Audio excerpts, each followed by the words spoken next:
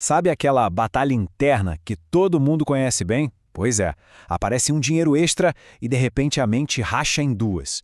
De um lado, aquele impulso de gastar na hora, de curtir o momento. Do outro, uma vozinha que fala para guardar, para investir no futuro. Essa briga entre o prazer de agora e o plano para depois é algo que, de um jeito ou de outro, a gente sempre enfrenta. Ok, vamos mergulhar nisso com uma pergunta bem direta.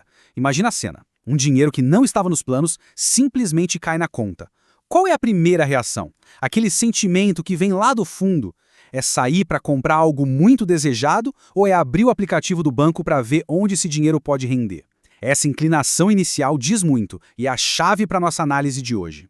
Basicamente, essa primeira reação já mostra qual dos dois perfis está no comando naquele momento, se é o gastador ou o planejador. O gastador, bom, ele vive pro agora, para satisfação imediata. Já o planejador, esse está com os olhos lá na frente, sempre calculando o retorno, a segurança a longo prazo. A gente tem um pouco dos dois, claro, mas quase sempre um deles fala mais alto. Mas e se essa história toda não for apenas um traço de personalidade? E se essa voz que empurra para gastar ou para poupar for, na verdade, um eco biológico? Um eco do ambiente onde nossos ancestrais tiveram que lutar para sobreviver milhares de anos atrás. Essa é a hipótese fascinante que a gente vai explorar agora. E essa ideia tem até nome, viu? Chama-se determinismo geográfico. O nome pode parecer complicado, mas a lógica é bem direta. A teoria basicamente diz que o lugar onde um povo vive, o clima, a comida disponível, os perigos, não molda só a cultura.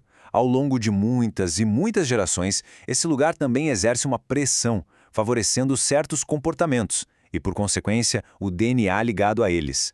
Tá, mas como é que isso funciona na prática? Para entender, a gente vai precisar voltar no tempo.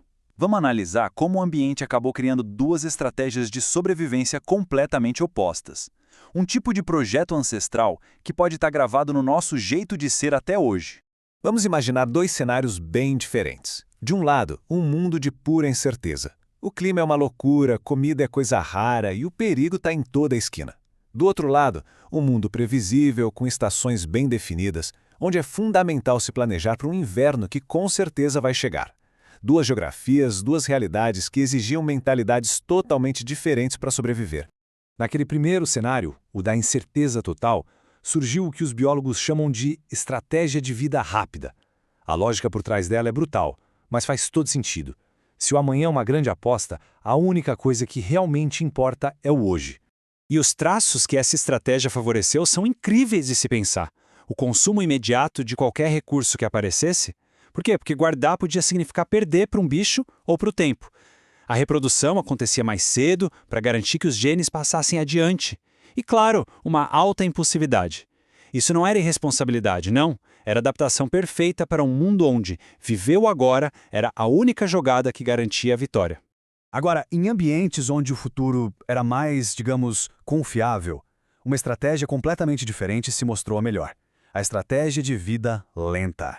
Aqui o jogo virou. A vantagem não era mais de quem consumia mais rápido. Pelo contrário, a vantagem era de quem conseguia segurar o impulso, de quem conseguia guardar comida, estocar recursos e pensar no inverno que vinha vindo. Ter uma visão de futuro não era um luxo, era a ferramenta de sobrevivência mais importante do grupo.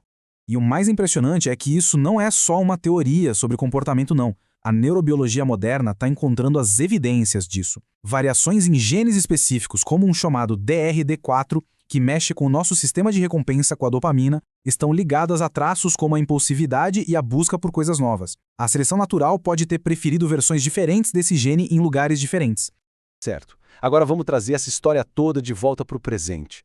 Como é que esse eco biológico, essa programação ancestral, se manifesta hoje em dia no nosso mundo? É só a gente parar para pensar na cultura ao nosso redor. O que ela valoriza mais? A festa, a celebração, o aproveitar o momento? Ou a ênfase é no trabalho duro, na economia, em construir um patrimônio para as próximas gerações? Muitas vezes a cultura de um lugar acaba refletindo a estratégia de sobrevivência que mais deu certo naquela geografia específica.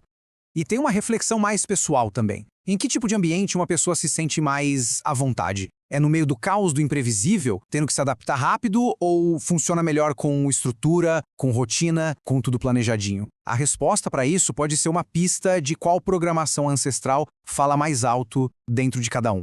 Então, o ponto central é este. A geografia não vai lá e reescreve o DNA de uma hora para outra. O processo é bem mais sutil. Ao longo de milênios, o ambiente simplesmente cria um cenário onde certos comportamentos, como gastar tudo ou guardar tudo, se tornam mais ou menos eficientes para a sobrevivência. E, claro, os genes que dão suporte aos comportamentos que funcionam acabam sendo passados adiante com mais frequência.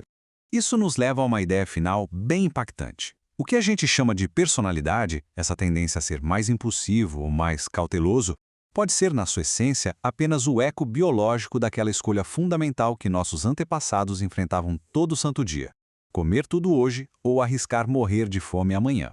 O que nos deixa com uma reflexão final, né? Se os nossos instintos mais profundos sobre dinheiro, sobre risco, sobre o futuro, são um eco de um passado tão distante, até que ponto as nossas decisões são realmente nossas? Ou será que somos apenas a continuação de uma estratégia de sobrevivência que deu muito certo há muito tempo? É uma pergunta que convida a gente a se enxergar de um jeito completamente novo.